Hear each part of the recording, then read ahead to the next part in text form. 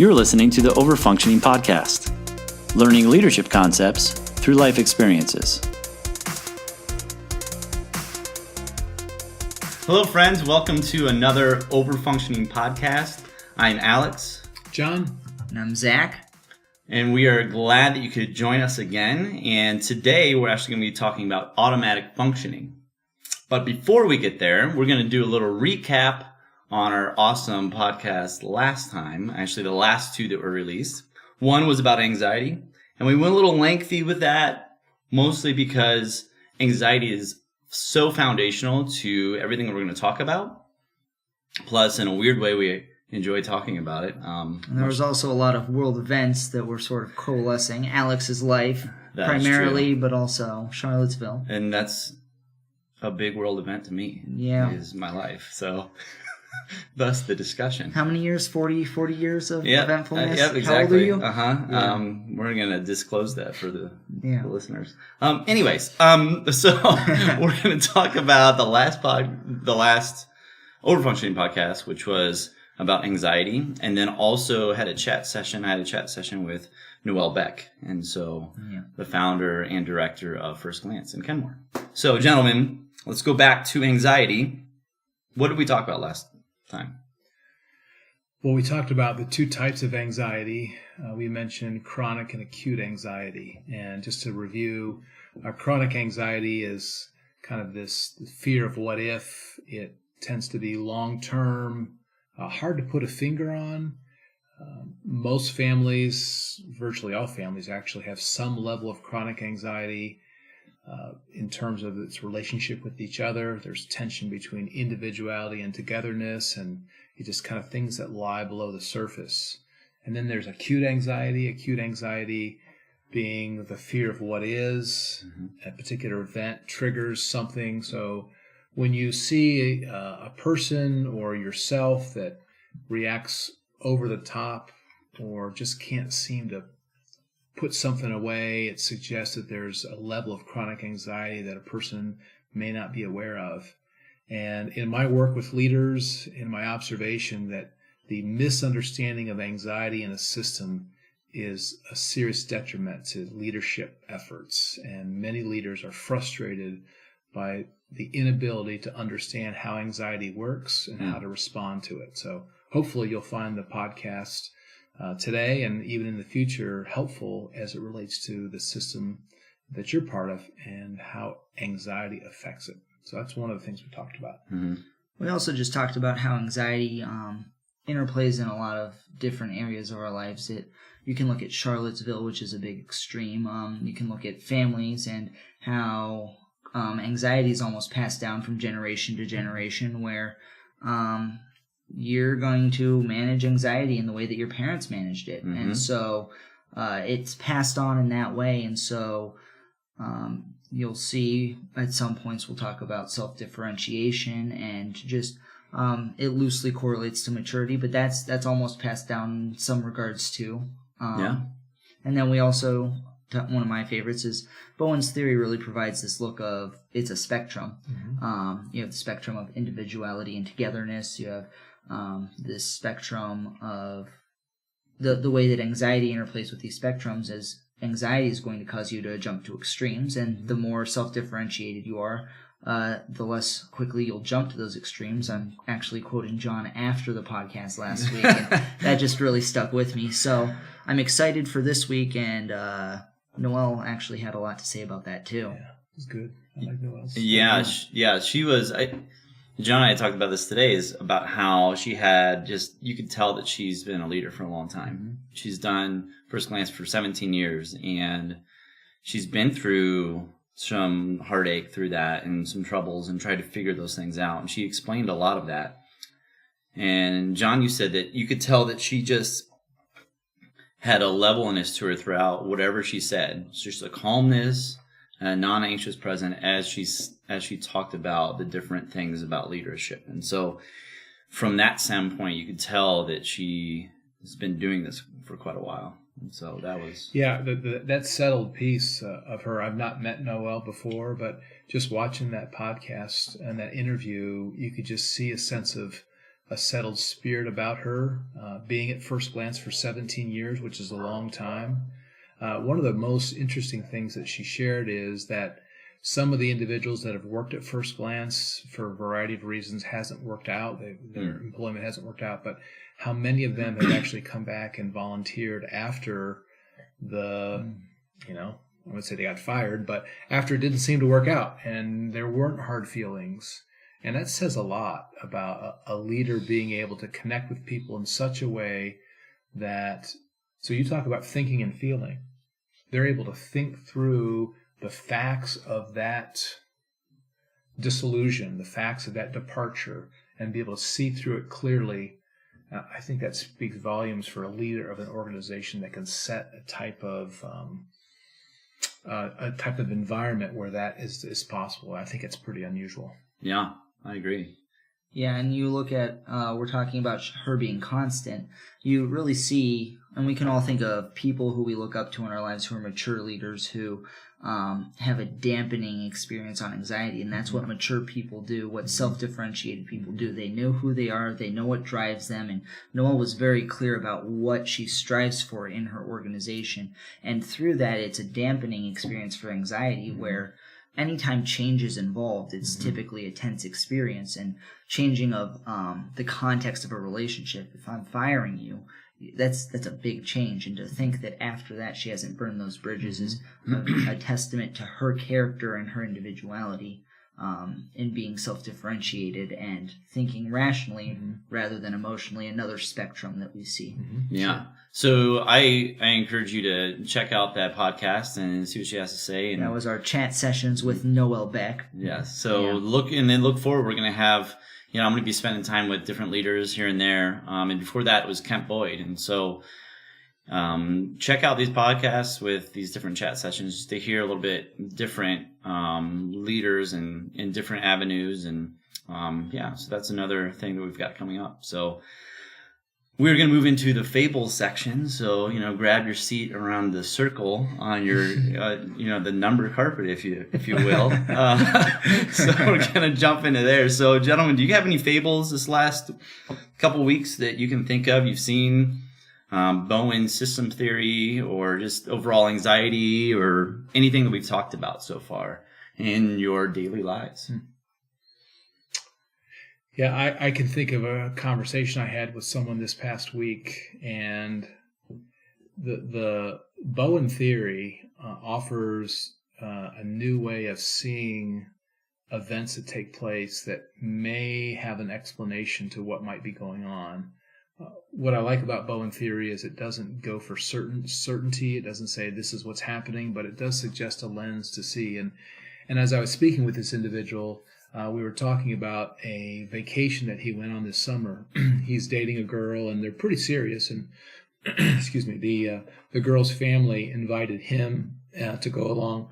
Excuse me, to go along on vacation with the family. And so they went on vacation, and during their vacation time, they had an evening where people were sitting around talking. He mentioned that people had been doing a little bit of drinking and just enjoying some good conversation. And at one point, the brother-in-law, or the brother-in-law of his girlfriend, if you will, kind of put down this gentleman that I'm speaking of about the job that he works at. He actually works as an assistant manager in a retail store, and he's in his mid-20s. And the brother-in-law kind of put that job down as, why don't you have something better by now? And things got kind of heated, and some words were said, and people then kind of dismissed it, and everybody kind of went to bed and not sure what was happening. But the next morning, the brother-in-law and the wife and their small child decided they were going to leave and head home early without saying goodbye to anyone. And they just packed up, and they were done with this. And the interesting part of it was they packed up the car early in the morning, and they were getting ready to set off. And the little boy, who was maybe around 3 years of age, came running back in the house, and he hugged each of the family members that was there without saying a word, and then ran out the door, and they drove away. And this gentleman I was speaking of thought that was really strange that this boy just did this. And so I asked him, was he at this conversation the night before? He said, no, he was actually in bed and wasn't even around. And so this is the idea of a system and how an individual, a small child who was not even present when this actual acute event took place, senses that something's amiss. And as part of that system, wanted to repair the togetherness that he sensed had a fissure in it. And so I thought that was an interesting angle to that. And so then going forward, we began to talk, and I asked him the question. I said, well, do you think you want to marry this girl? We were talking later on. He said, you know what, I'm not sure. I said, well, tell me what makes you unsure. And he said, well, all this anxiety that was part of that trip, and I think about perhaps potential ramifications down the road with a brother-in-law. I'm not sure I want to marry into this. So we talked a little bit further, and finally I asked him point blank. I said, what do you want to do? I asked him that question. What do you want to do? He's like, what do you mean? I said, with this girl you're dating, what do you want to do? Do you want to marry her or not? And he sat and thought for a second. He said, yeah, I do. And I said, when I talk to people, I don't tell people that they should do, but you need to marry this girl and you need to get engaged tonight. And we laughed about that. And maybe she'll say no, so that's a whole other story. But I think about in times of anxiety, when anxiety rises up, we get kind of brain locked, we get muddled, we get unclear thinking. And so being able to separate out the events that are taking place and saying, this is what I want to do, and I'm going to marry this girl, and I'm going to make it work. We're going to make it work in spite of the anxiety that may be part of that family. Of course, we know that, if you're seeking a family without anxiety to marry into, good luck. So, it's part of, so better to, instead of finding the right circumstance to marry into, perhaps a different way to think about it is maturing self to be able to then be able to enter whatever system that is and be able to function better and ultimately have better relationships at some point. So that was the fable that I thought of about anxiety and the togetherness and the individuality tension that small boy saw. Yeah. And then secondly, the idea of what do you want? What do you really want in this situation? And saying, this is what I want and this is where I'm heading. So that's a fable that I thought of. I just find it fascinating with that little boy. I can think of that kind of goes well with my story. I took the role, and this is what I talked about last time, is kind of peacekeeper a little bit in my house. I don't know, I just fell into that role, and so I could see myself doing that in some ways, and I feel like I've watched movies or seen this in other places where like there's turmoil and anxiety everywhere else, and little kids are trying to like piece it all together. Super interesting, man. Do you have anything, Zach? I did, and I don't know if I want to say it now because I find that really interesting. The thing that stuck with me is that high anxiety can muddle your thinking, and specifically with chronic. And I think that's interesting because a lot of people will say, if I separate myself, if I get away, I'll have clear thinking. But if you're bringing that anxiety with you, that's not always the case. Yeah, and I think there may be time to separate for a period of time to get clear thinking. As a matter of fact, I think as leaders, one of the things that we fail to do is we fail to have that alone time to really think through what we value. I'm sure Noelle has spent time thinking very clearly about what she wants for First Glance and spent a lot of time doing that.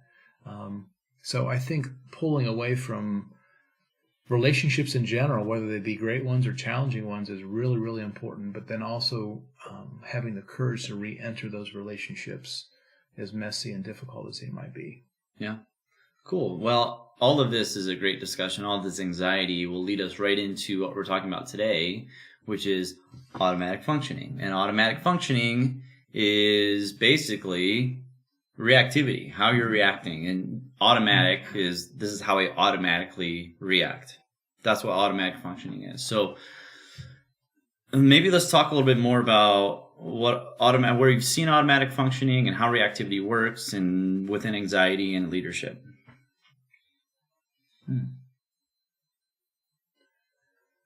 When I think of systemic issues, so I believe that today in the United States that we are a chronically anxious society. And one of the one of the behaviors that demonstrates levels of chronic anxiety is invasiveness. This idea of telling other people how to think. And in a group where you stand alone and have a different opinion or a different thought, a political or a social, when individuals can't tolerate and appreciate what you're saying, when they label you with ad hominem statements. And I just see this invasiveness of this telling people you can't think this way or you can't be this way. And I just see this trend in our culture of invasiveness, of offering advice before asked. The human brain, when it's anxious, think about this. When your brain is anxious, it wants certainty. It wants to figure out what's going on, because perhaps from an evolutionary perspective, uncertainty is like death if you can't figure out what's happening. And so when you're anxious, certainty is something that you crave. And this invasive nature of changing the way somebody's thinking to get to where the group thinks the same way, so we're all on the same page. I just think one example of automatic functioning that's not, fight or flight, get in an argument or cut off and leave the house. Those are obvious examples and they're there. But I think invasiveness is one that's oftentimes not thought of, but I see evidence of it. At least I teach government, so I see a lot of political involvement, and I see this invasiveness, political opinions, and among both sides of really trying to tell people how to think.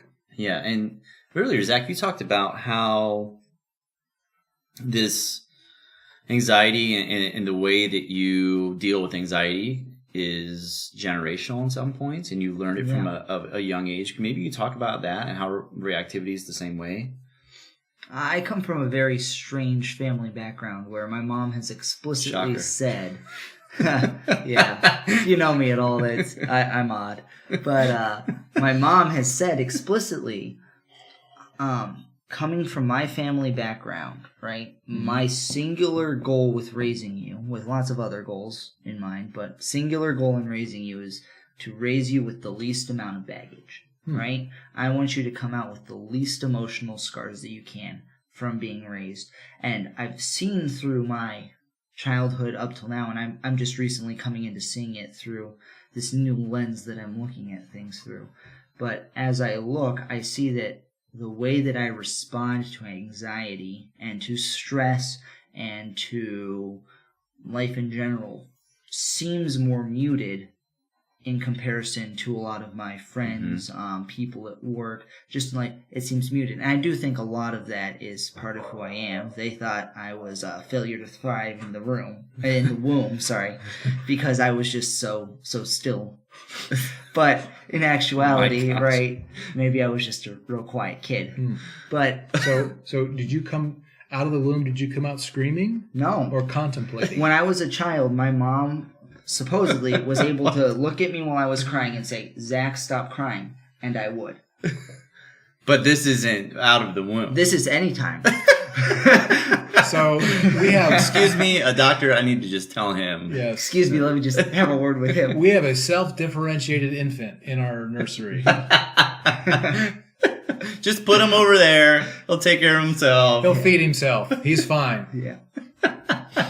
You change your own diaper too, I'm sure. I know that's something I decided. It was one of my rebelliousness behaviors. Yeah. It could have been a reactivity, of course. Yeah. I was reacting to internal pressures and stressors, if you will. Yeah. So there, when it comes to automatic functioning, a lot of the ways that we react and we automatically react to people has been learned from early on. And we didn't sit down and take notes in school or something and then think about how to do it. This happens subconsciously, and people will react, and I will react in such a ways that it's going to be subconsciously as well. So for example, this past week we started school, and first day of school is our freshman day before our staff day. Who cares?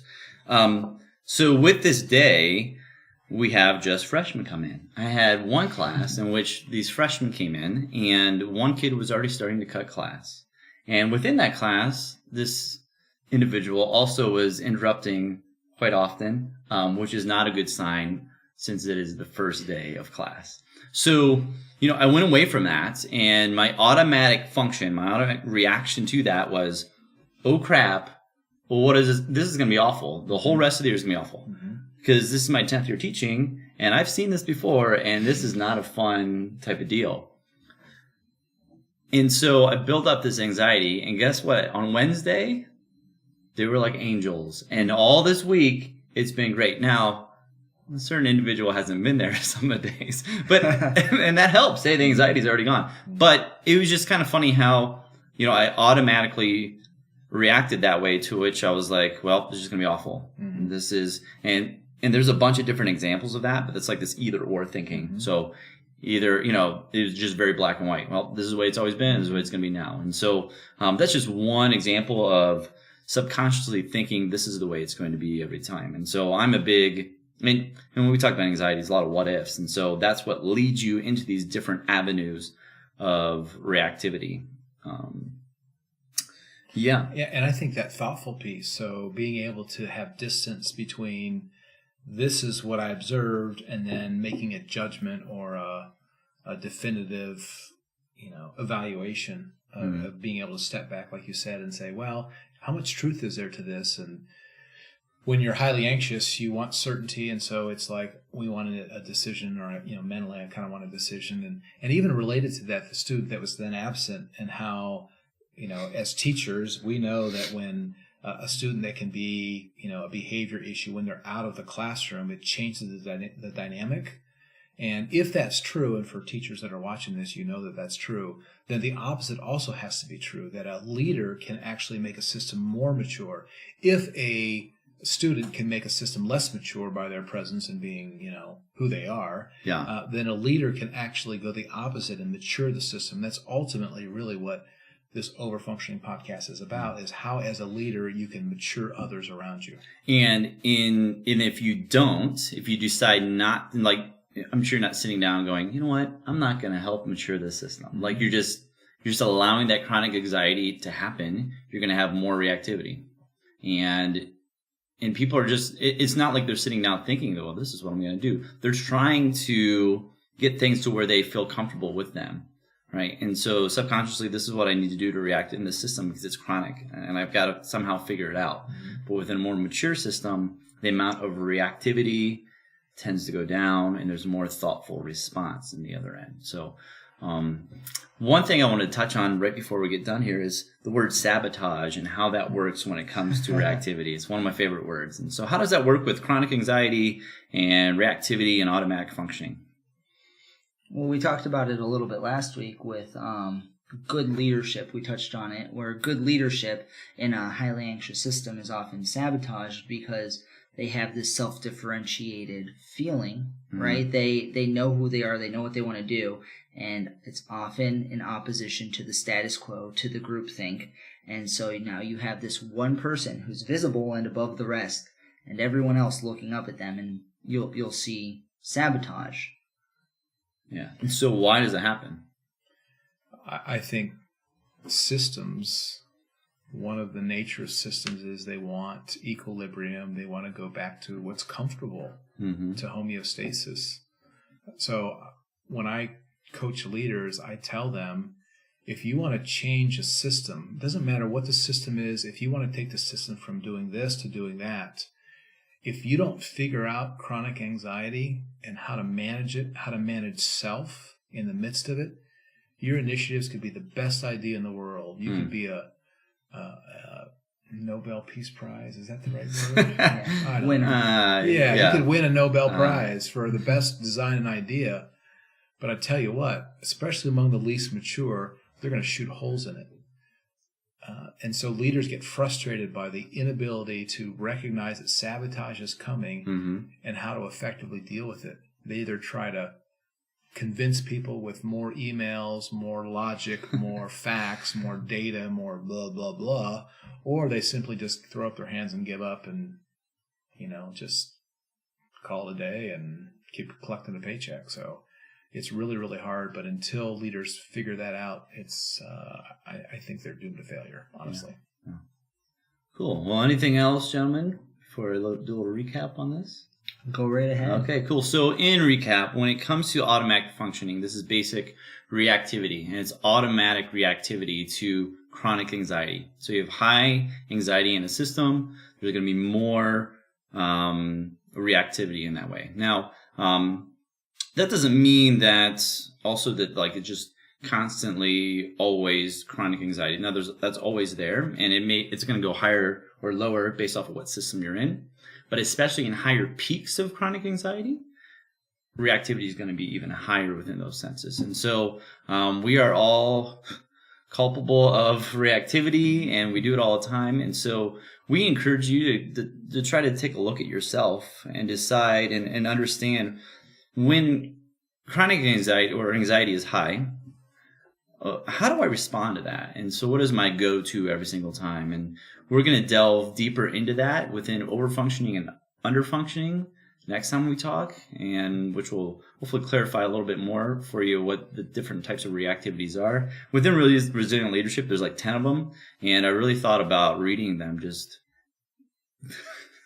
Maybe we'll just have a separate video. Yeah, we'll just reads through the 10. Yeah, it'll be riveting.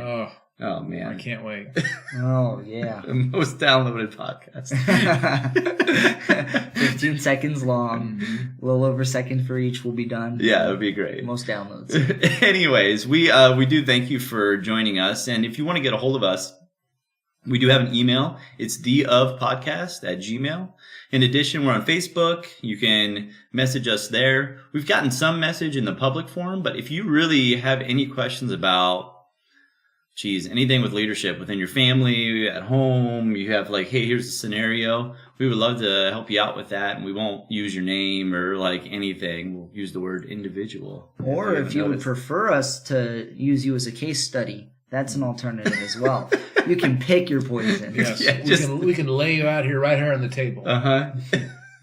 Your deepest secrets. Yes, literally. Anyways, also we're on YouTube as well, and you've got a couple shout outs. So at the beginning and the end of our podcast, you hear some jazzy little music. That is thanks to Jesse Hufstetler. You can find him on Spotify under the pseudonym Jetler. That's Jetler. He's a great guy. Great with music. He's using our starfish limiter, which for all of you technical people out there is doing something to our voices to make them sound better.